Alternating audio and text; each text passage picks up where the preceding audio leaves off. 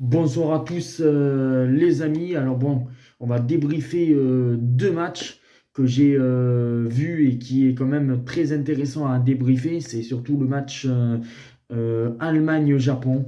La sensation, la deuxième surprise, même si bon, le Japon, on le sait, ils sont souvent en huitième de finale.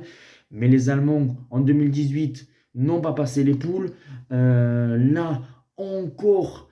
Peut-être cette année, ils vont pas passer les poules parce qu'ils auront un énorme match contre l'Espagne dimanche. Et quand on voit que l'Espagne, on va en parler un peu plus tard dans la vidéo, ils ont étriqué le Costa Rica, tu peux te dire, attention, peut-être que l'Allemagne finira troisième de cette poule. Et là, ça va être dramatique. Encore une catastrophe pour les Allemands parce que éliminés en 2018 en phase de groupe, l'Euro très très moyen, une défaite en huitième contre les Allemands, ça risque d'être catastrophique. Après, offensivement, les Allemands, très bons. Ils ont été très bons offensivement. Ils sont tombés face à un gardien du Japon qui a été vraiment magnifique. Après, par contre, le défaut de l'Allemagne, c'est la défense catastrophique. C'est qu'à un moment donné, ils n'ont pas réussi à marquer le deuxième but, les Allemands.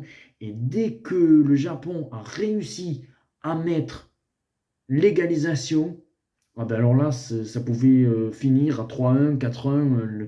Les Japonais étaient tellement excités et la défense de l'Allemagne, c'est catastrophique. Il n'y a que Neuer dans les buts qui a essayé, mais bon, qui n'a pas pu tout faire parce que bon, voilà, c'est compliqué. Il y a eu deux beaux buts côté japonais. Mais après, quand on voit, il y a Rudiger, c'est le seul patron de la défense allemande. La dé- L'équipe allemande fait très peur en défense. Maintenant, ils ont un match charnière contre l'Espagne. Si le perdent, eh ben c'est fini pour les Allemands. Mais voilà, bravo aux Japonais quand même, parce que les Japonais, ils sont régulièrement en huitième. Là, je pense que, à mon avis, ils vont s'imposer contre le Costa Rica et avec 6 points, ils seront en huitième. Et peut-être ils auront même une finale contre l'Espagne. Pourquoi pas, pour être premier de ce groupe. Maintenant, on va passer bien sûr au petit débrief de Espagne-Costa Rica.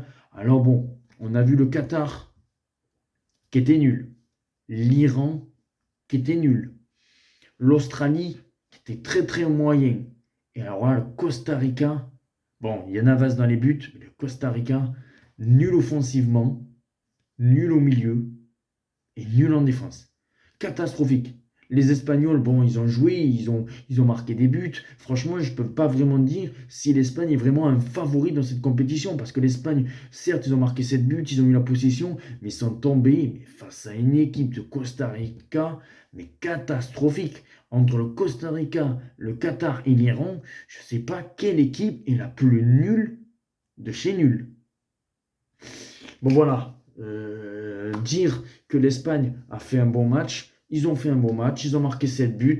Pour la confiance des attaquants, c'est très bien. Mais pour moi, je pense que l'Espagne, on verra déjà contre l'Allemagne, même si bon, l'Allemagne, c'est assez catastrophique aussi en défense. Mais voilà, s'ils mettent la même intensité, qu'ils arrivent à gagner facilement contre l'Allemagne, là, on pourra dire que l'Espagne est vraiment un concurrent direct, un favori. Pourquoi pas aller chercher cette deuxième Coupe du Monde pour eux, les amis. Ciao.